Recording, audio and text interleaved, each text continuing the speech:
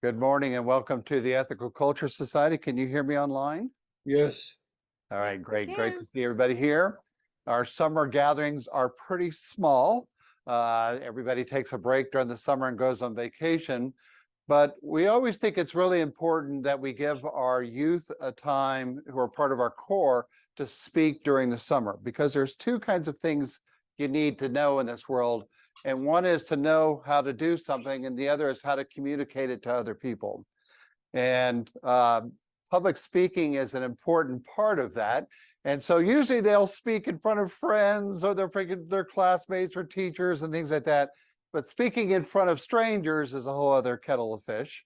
So we're going to give them that opportunity in here to do just that. And this has been an extraordinary group of young adults.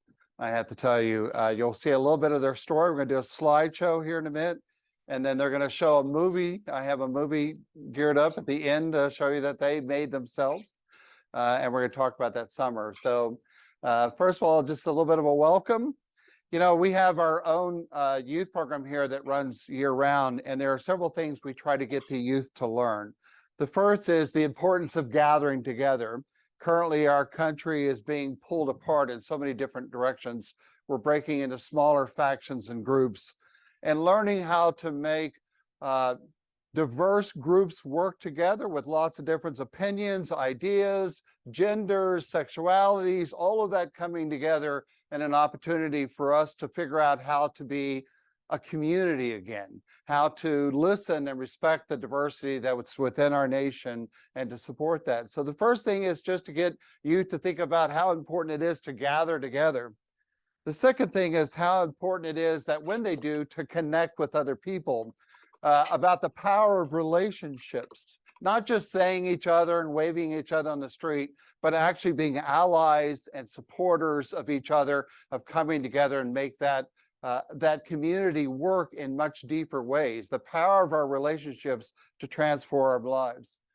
The other thing we teach our youth is to how to observe, how to pay attention, to notice just beyond their own selves. When we were all younger, we had this enormous capacity to pay attention to what was going on to ourselves, right?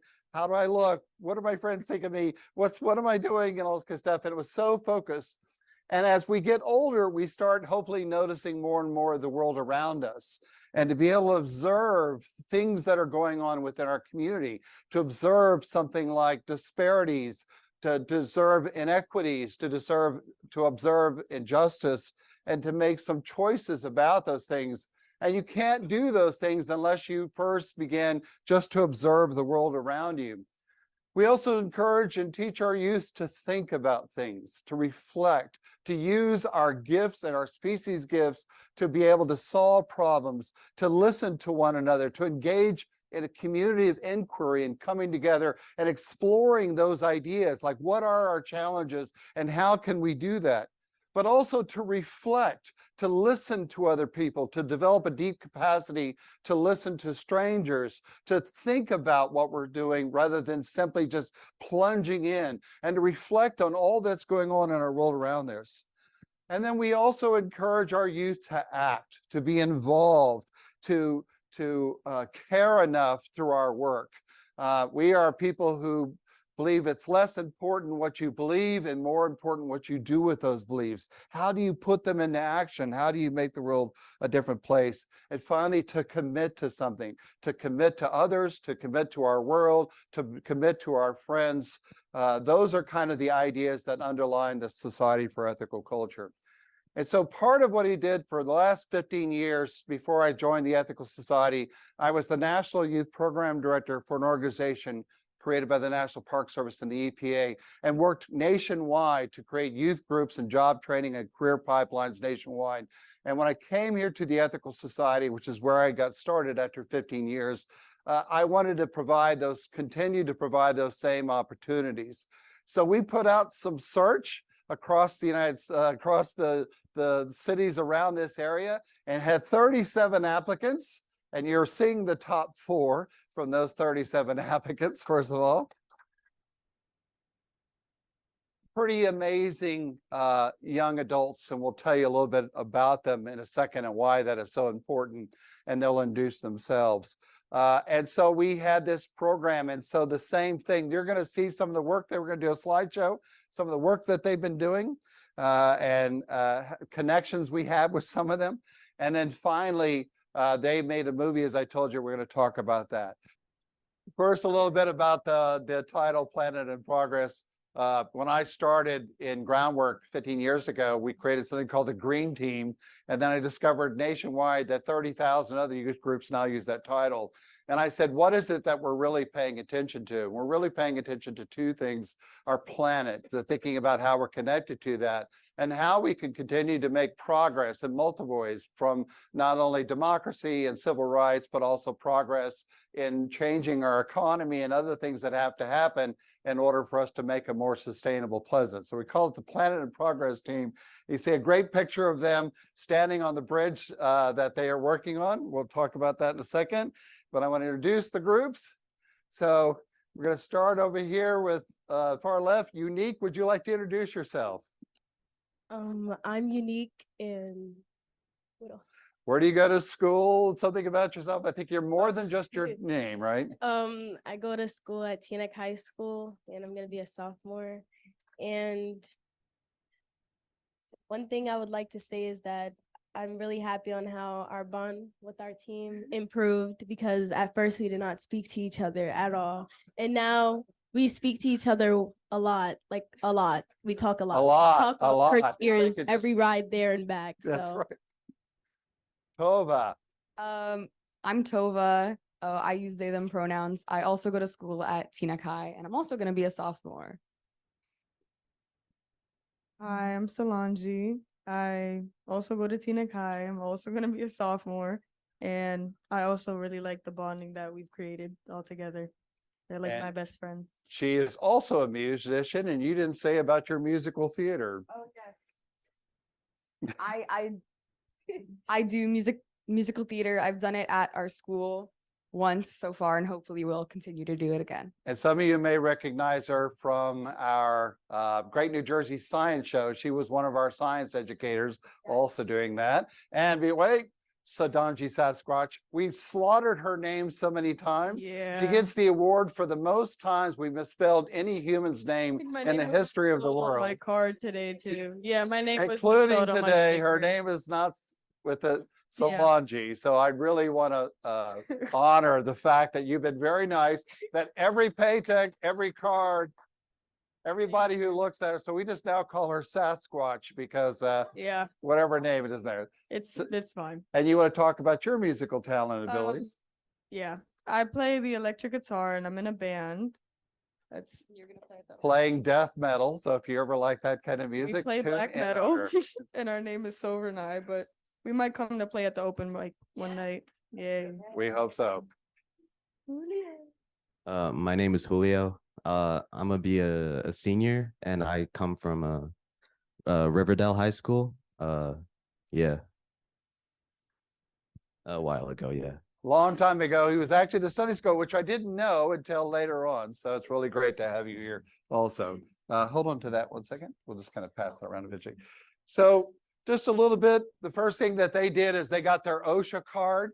I'm also an OSHA instructor, which is a Occupational Safety Health Administration instructor to do that. They all took their class. That was very exciting, wasn't it? Or it was kind of boring for 2 days, but they all passed 100%, got their cards, their OSHA 10 cards. This is the full team that they got to work with. So we actually pair our youth with others because we want them to think that they're part of something bigger. And so we were lucky that we had youth from the New York Society for Ethical Culture down here in the blue, and then from Groundwork Elizabeth came to work for us. And they had 3 teams. They have a team of local youth, just like we have Groundwork. They have a team from the Mayor's Youth Council. So the mayor of Elizabeth loves the team so much, he sends a group of youth. And then the Housing Authority, called the HACE Group, Housing Authority of Elizabeth, sent another group of youth, and we got to work all together. So it was great that we formed this huge team. So you'll see pictures not only of our youth, but of the other youth as well, working with that. Did y'all like working with them? Kinda, yeah. Yeah. But you can see that sitting in the class there. This is them doing their first kind of work here. Can y'all see that at all? A path to nowhere. Yes, we call it a path to nowhere because this is their first lesson that they learned. First of all, they dug like mad, laid out this perfect trail. This is at Patterson Great Falls National Historic Site. Patterson, the superintendent of the park, came to us and said, hey, Kurt, can you design a pathway? Because we had built some other things for them. Can you design a new pathway? I said, yes, we'll get the youth out there. We'll start doing it there. The youth spent a couple of days cutting this huge pathway all to the river, which is nice and deep, perfectly level, as you can see, perfectly aligned. And then the superintendent came back and said, the county is mad because I didn't get permission and this little teeny piece of land is their land. You need to stop and bury that. So the first thing they learn is something that happens on public lands, which is we fight over public lands all the time. You often don't see it, or you hear it maybe in the news at this park and these people are saying, who runs this park? It's a real thing. It's a challenge we have nationwide. These youth put in so much. The guy was so, the superintendent of the park was so upset about it. He said, well, there's other things that you can do, and I'll show you the other work that he asked us to do. But they did this entire pathway to nowhere, their first couple of days, digging it all up. And then I said, y'all need to bury it over. What was your feeling about that? Yeah, really annoying. Yeah, Digging it out, and then we spent the next day filling it back in. spent a day digging and a day filling it back in. But there they are. You can see them in the picture there, putting in all that effort to do that. So then the other thing we started doing is brush removal. They're actually in harnesses. They rappel down a cliff. You can see them doing safety, and there's Unique and Julio down by the edge of the creek down there, the river, Rushing River actually, removing invasive species, which is the job that we do quite a bit up here. Anybody want to say anything about that brush removal? Did you like brush removal? Please use the microphone because people online can't hear you unless you speak. It was fun, but like you would find things that you wouldn't expect to find. Like what? Part of a car, Lots tires. of car parts. Yeah. um, And that's, lot. you can see unique down there. What was it like going down a cliff on a rope? It's just a safety yard. It wasn't that bad once you get down there. It's a little easier to walk, but when you're walking down, it's like you might slip because it's like really steep. Yeah, it's steep and muddy. So Yes. yeah, very good. Very steep and muddy. I was not one of the ones on a harness, but a couple times I did almost slip down. So then the park came to us and said, well, can you fix a bridge? Now, rebuild the tread boards. This is the finished product. They actually took all of this fencing off, which is extremely heavy to do that. Remove the old tread boards, which took pounding to get all of them out, breaking this was done in 1980s. So you can imagine everything was rusted. They broke all those things and they're board by board. Every one of them had to be pounded out and then replaced and put all new tread board. So this very popular footbridge now could be used for the next 30 years by people going across there. So pretty impressive work. In fact, you can see them there doing that kind of work that they're trying to do. These groups of youths in there in harnesses once again because they're working over rushing water down below them. And we've got them hooked up in safety harnesses. You can see the water down below. And they're each board, the reason why they're sitting there is it took us a time to pound out the other boards. And then we had to pound in the new boards and put down the screws and reattach it, everything right there. And there's Solange. Did you like that, Solange? No comment. It wasn't really You look enjoyable. like you enjoyed it. Yeah. Well, she says that now, but she was one of the first to volunteer. So No, I you know, there like she doing is. the job, but You like doing the job. yeah, it was just very hot, very Very stressful. hot, very sweaty. Yes, Yeah. a lot of work. And then in addition, you can see them getting ready to do there. There's Julio over here on the left. They're all standing once again. They're waiting for us to grind out. You can see the old boards that we still have to remove. It was quite a bit of job. We did it in how many days? It took us like 3, like maybe like 5 days. It took us 4 days to get it was almost all finished and one day just to put on the thing. So they did this in 4 days, took all this down, fixed all these broken pipes, pulled all these things out and repaired the bridge. Pretty impressive. Julio, what did you think of the work? It was fun. Right. Yeah. And then the superintendent of the park came out and thanked them there. This is Darren Bach right here. He's the guy that was apologizing profusely to them, but gave them this really big, important job, which is rebuilding one of the few pedestrian bridges in the whole park. So if you go to Patterson, you'll walk right over that's the only way to get across is to walk across that. And Superintendent Bach was coming out to thank the U. Then we went out to Wallkill River National Historic Site. Yes, there they are threatening this young man. You can see that picture. And they're out there. We got asked by the U.S. Fish and Wildlife Service to go out to Wallkill River National Wildlife Refuge and remove invasive plants. We're out in a gigantic, massive field. There's the whole part of our crew at there. Once again, the New York Society on one side, us here, Fish and Wildlife Service people in together, and we're out there in this big giant field cutting invasives. Oops, there's the we did. The U.S. Fish and Wildlife even brought out some of their raptors, these owls, to show us the kind of work that they were doing. But it was pretty cool work. That's out there where they're working. We had a hike to get there, and nobody told us that. I followed because I've worked there for years, and they told me meet at this backfield. We start walking towards the backfield, and then it says trail closed. We discovered the bridge got washed out, so we had to climb down the cliff, go across the creek, climb up the other cliff. But did you enjoy that?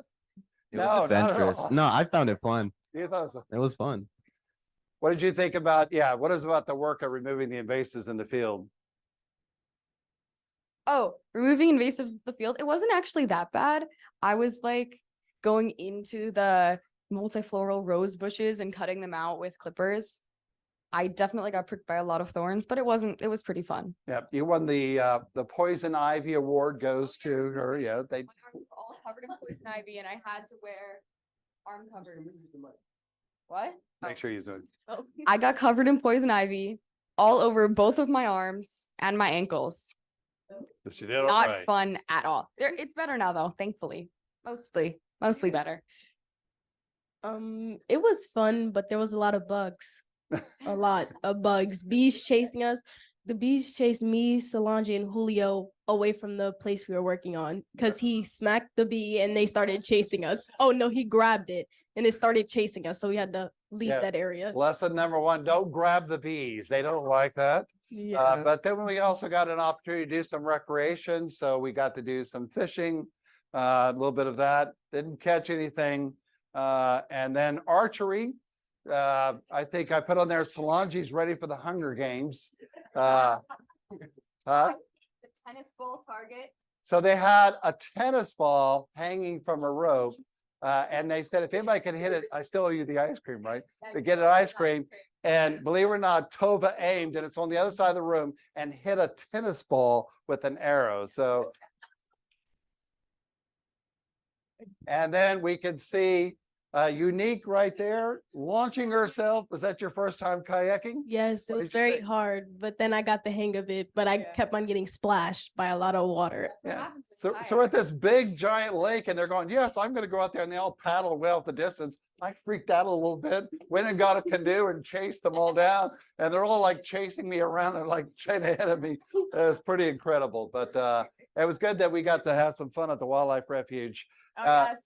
And Tova gets the award, of course, for paddle boarding. She stood on this paddle board and paddle board probably about the distance from here to Bogota. I mean, no, way down there. And she just did that. You can see they're way, way back there was where they all went. Everyone was telling me that I was going to fall in, and I didn't fall in at all. She never fell in. Yeah, I never fell in. pretty impressive. She almost For their did. No, I first didn't. time. Yeah, it was great that we had to do that. Then we went to our next major job, which is at Phil Rizzuto Park, which is in Groundwork Elizabeth, heavily damaged by the hurricane. The county asked Groundwork if they could restore it. Groundwork asked me if I would be the supervisor for that. So I'm taking everybody on to a tour to show them of the restoration job that we had to do. once again, we get there and then they say, oh, we don't want any youth under 18 around the machinery. So I'm saying, well, this is money that came from the federal government called 21st Century Conservation, Student Conservation Corps money that is for youth training. That's how you got the money that we wrote the grant. The person who wrote the grant was me. This is $250,000. And I knew that this would be used as a great opportunity for training the youth. But the county, once again, said no youth under 18. So we got in a big struggle between two of them. So they ended up not doing quite the fun stuff that we wanted to do. But I don't think you're okay with that, right? Hanging back and not being so much in the mud. A little bit. Perfectly fine. We were still in the mud. We were still No, yeah. substantially in the mud. Yeah. Yeah, so the first thing is teaching people how to read blueprints, you know, how to look at landscaping blueprints and how to do the math around there. There's a lot of them standing in the water with a rolling wheel, moving along, putting flags. This is what this group did for me, is we actually measured 750 feet all the way back to the bridge, putting flagging all the way and doing that, and just learning how to read landscaping blueprints. But a lot of it is this kind of work. Down in the muddy river, shoveling stuff. We're putting in these giant ton boulders. Those are 36 to 40 inch boulders, which means they weigh about 2 tons. You know, 1 to 2 tons boulders. They were back away from the cranes. We're setting them and they're coming along through this very muddy creek that we had created because we were actually dragging tractors down up and down the river to do this work. Here's an engineer from the National Resource Defense Council that showed up to kind of look at our work and was very impressed at the job that they're doing.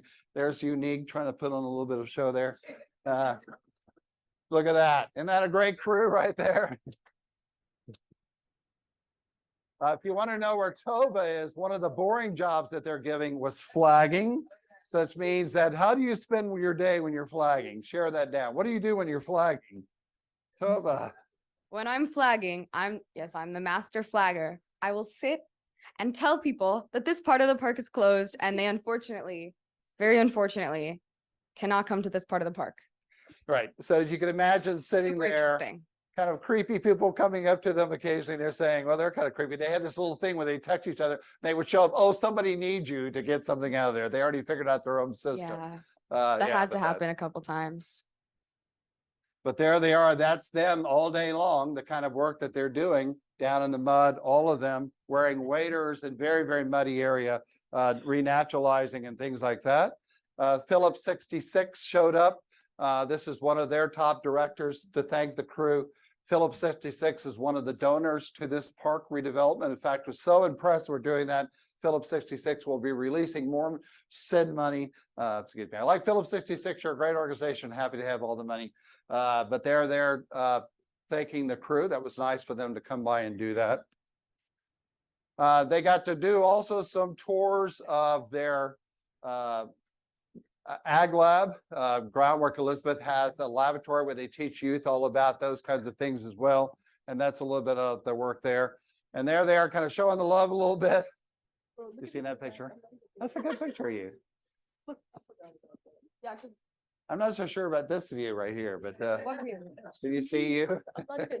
They're just kind of like that. But feeling the love. And I want to talk a little bit about that for a second.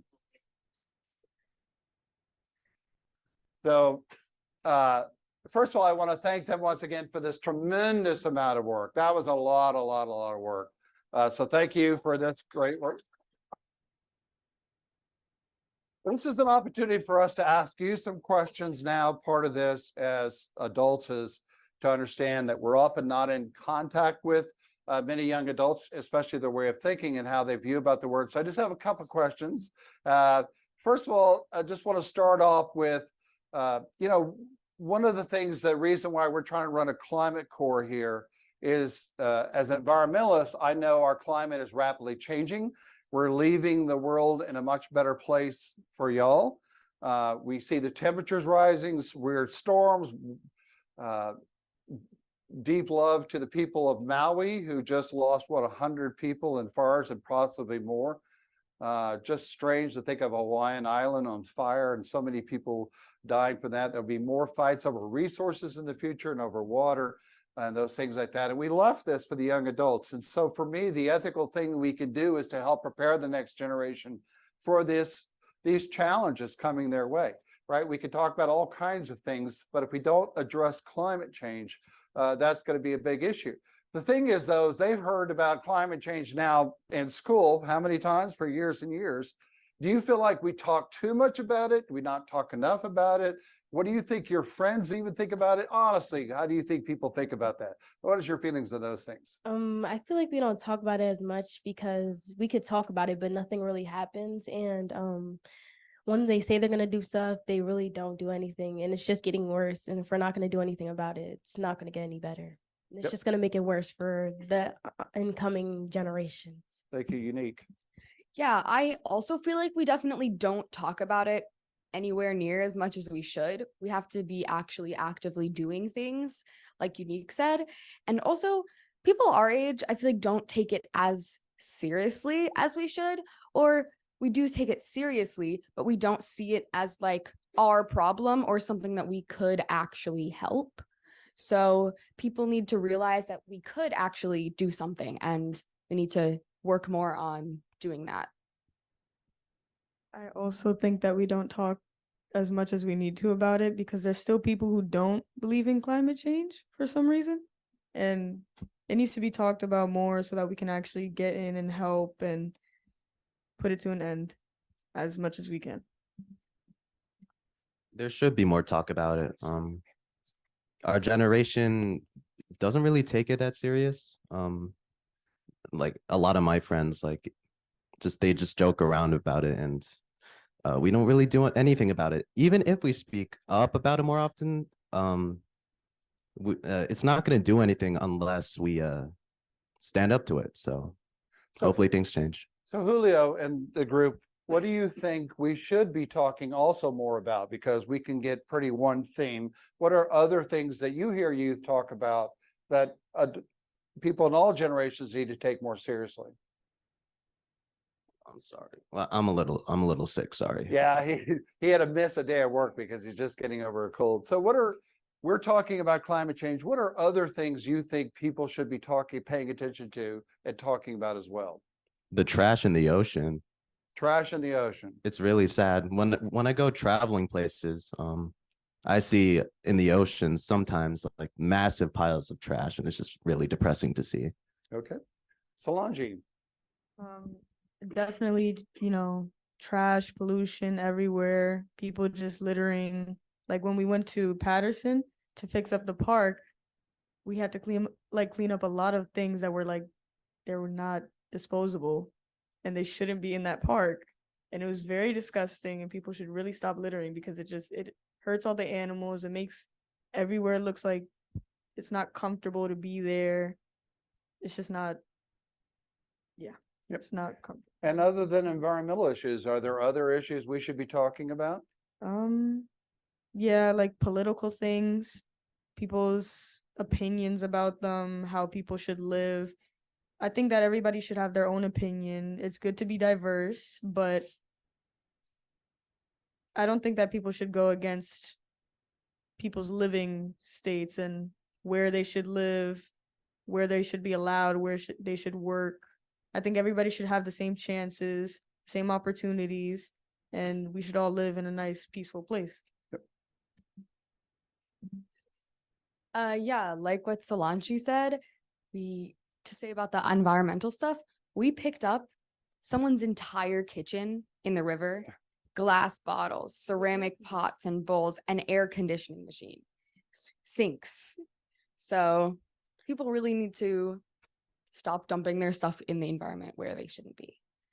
And what other issues should we pay attention to beyond the environment?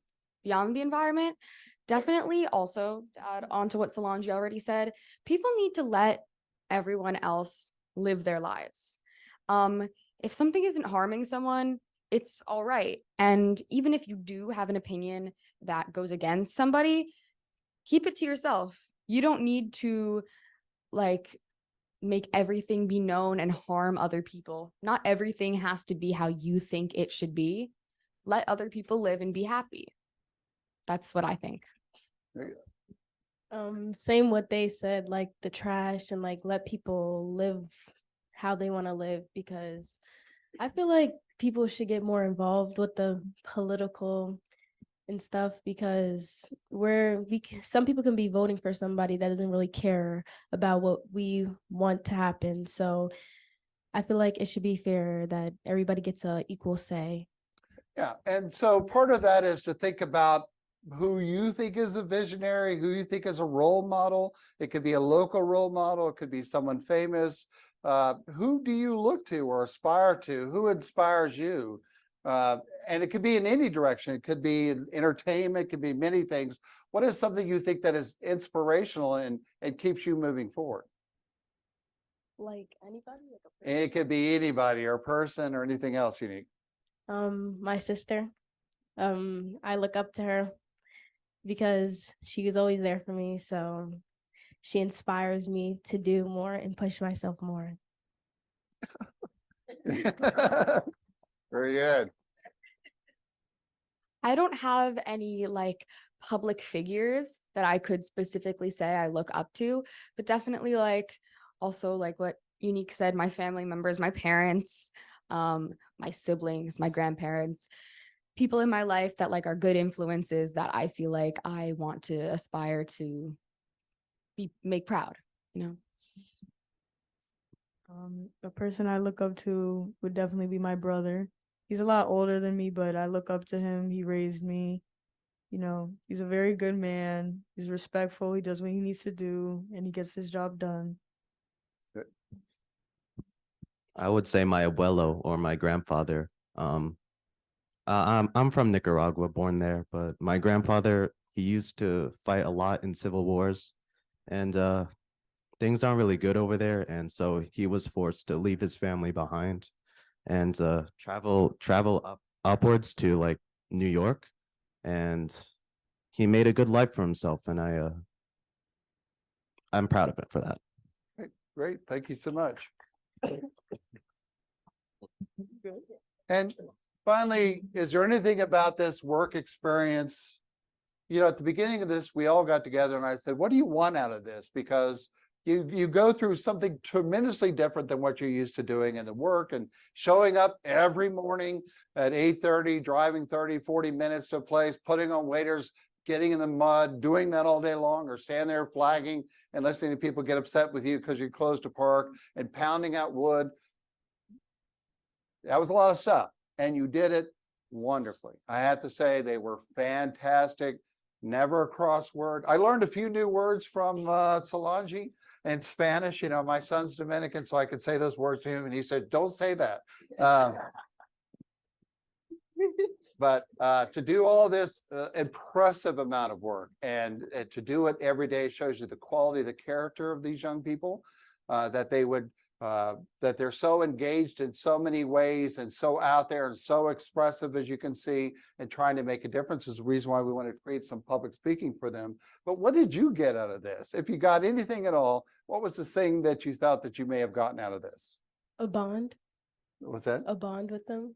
Yeah, bond with them. Yeah. Yes. Yes. And learning more. It made the experience better, because when you have friends by your side doing something, it just makes it 100% better. Yeah, they definitely became friends, that's for sure. It's hard to get them out of the truck in the morning because they're all talking with one another.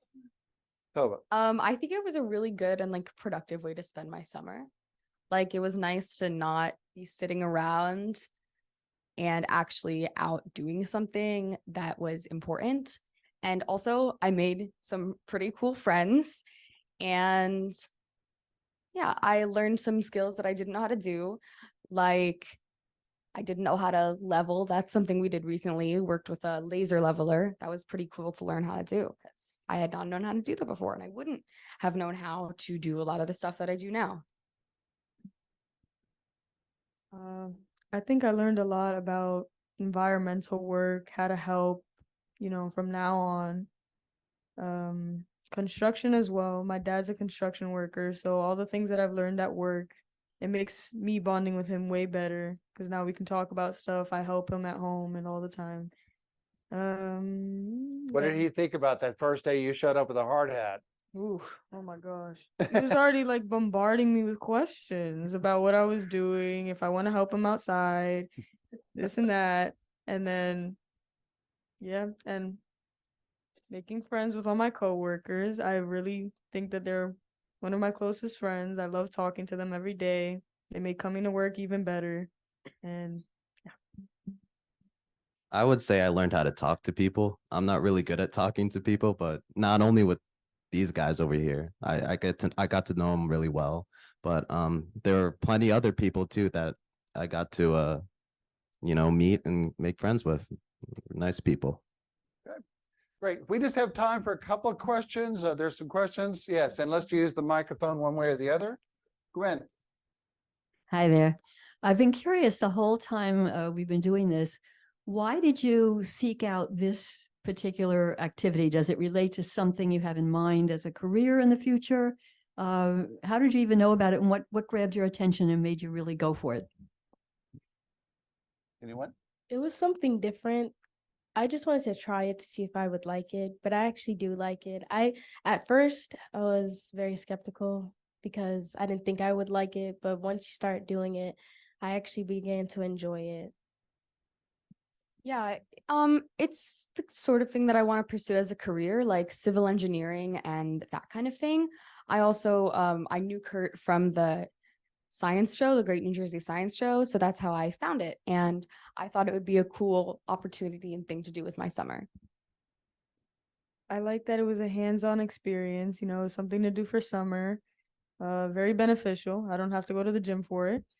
And I like the work that we do. What was the question again? I'm sorry. Yeah, what brought you? That sounds like you answered it. Okay, yeah. And my cousin told me about this job because he saw a flyer about it, so that's how I got it.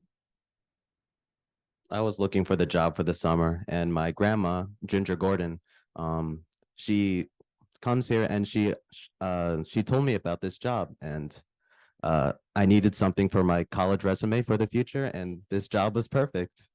And yeah, And what a resume building experience this is. And then when I found out Ginger Gordon's your grandmother, okay, great. Other questions? Anyone have a question for them?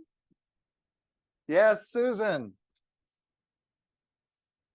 Okay, so most of you are, well, you're all in high school. 3 of you are going to be sophomores and then a senior. So what are next steps for you to address climate change? My next step is to be more involved, like try my best, as how young I am, to be involved in more environmental things and trying to help it. And yeah. Yeah, while we can do as much as, we're doing right now, as much as we can do, the people who are more contributing it to are like the big companies and super rich 1% people. So I want to raise more awareness so that we can try and spread the fact that, we have to encourage the people who have more power than us to do more. We can do what we can do, but we also have to encourage them to do what they can do. I agree completely with Tova. I think when school starts, I'm going to join more clubs about environmental things so I could tell the youth about things like that, educate people, make people more interested in it so it could be spread around. Yeah. I'm going to try to spread some awareness, and in the future, I'm definitely going to donate to more charities regarding like climate change, global warming, and other things too. Is there a question online by chance? Yes, Rich. I don't have a question. I want to comment that I want to thank all of you four and the others that were involved this summer for your public work and your public service. It's very wonderful and noble of you. Thank you so much. Great, thank you, Rich. Yes. From the sister. Okay, from what you learned during the summer, how can you incorporate it in your everyday life? Are you going to come work for me in the future?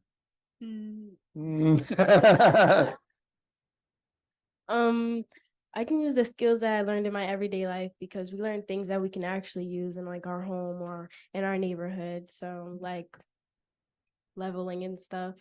So yeah. My dad wants me to help stain our deck.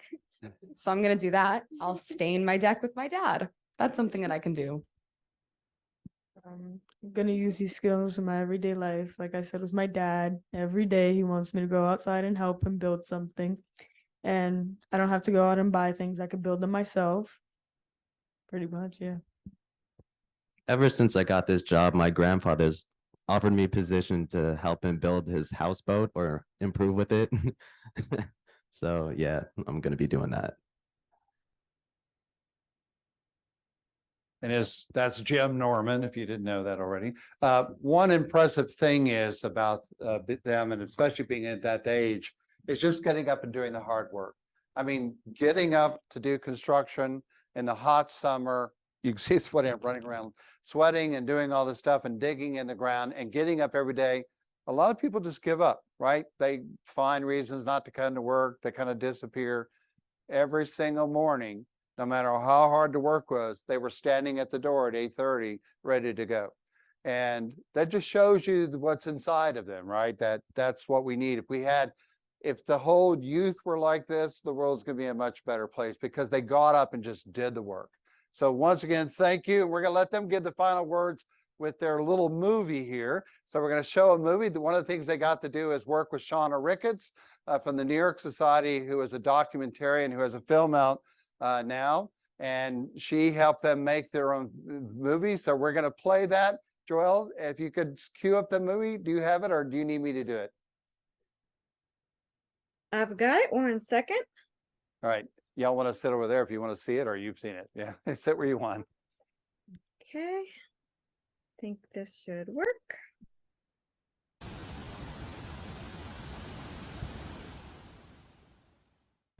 Breaking news! We have a climate emergency!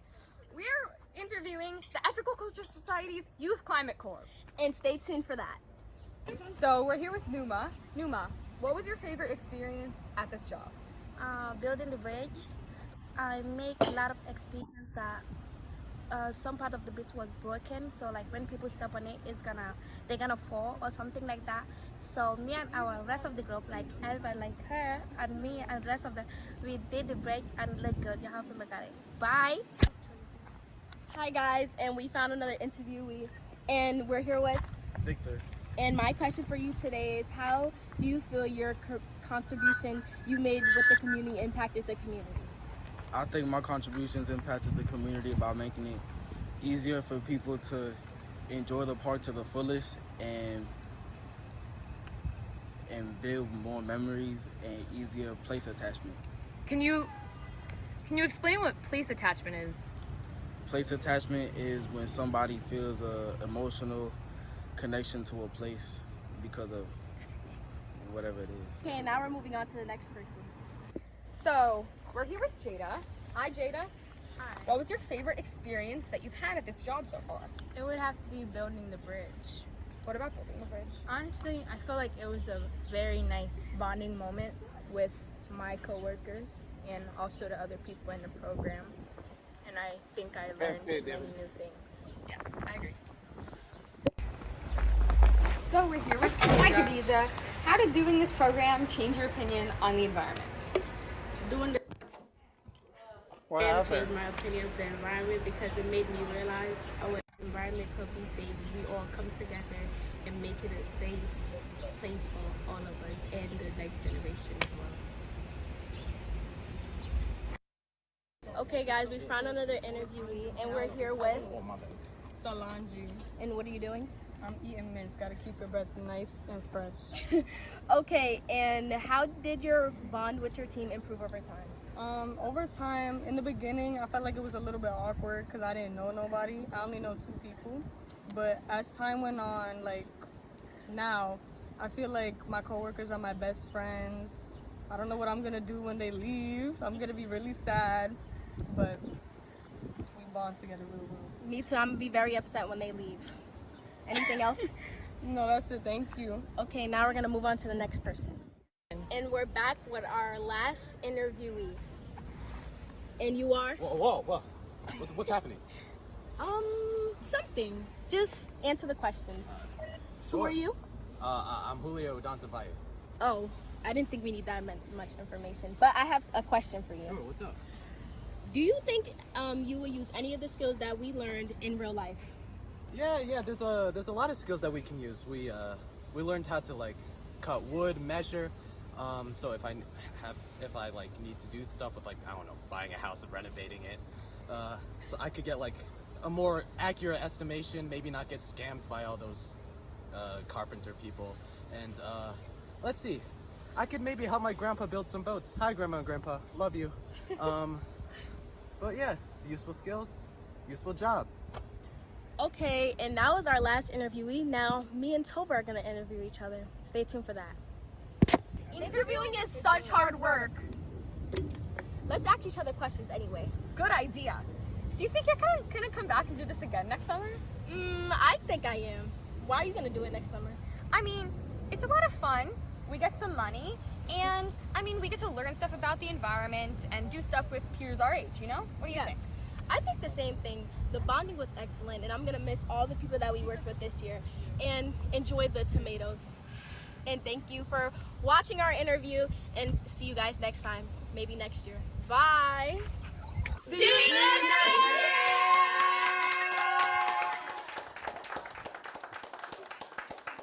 And for our final thing, there's the credits go by. Very good. You can stop that. We have a final parting gift for y'all. I know you have one more week of work, but I want to give you, I was trying to think, what do they really need? What is something that they need to go forward and all this kind of stuff? And it's so important that, yeah, come on up here one more time. I was trying to think, what do they need? What do they want? What is something they ask for every day? And I thought of, money, and I thought, no, they have money now. I thought, trips. I got, no, their parents take them on trips and good stuff. What is the one thing they come to the society and get every day? And I thought I'd leave them with this most important gift of Doritos, because every day they go and raid our chip factory. But on the back is a $20 gift card for speaking this morning. So that's for you. That's for you. And because I learned some new words in Dominican Spanish, the spicy version for you. There you go. And thank y'all for coming out. Have a great morning. Thank you so much. Thank you for the Doritos. That's right.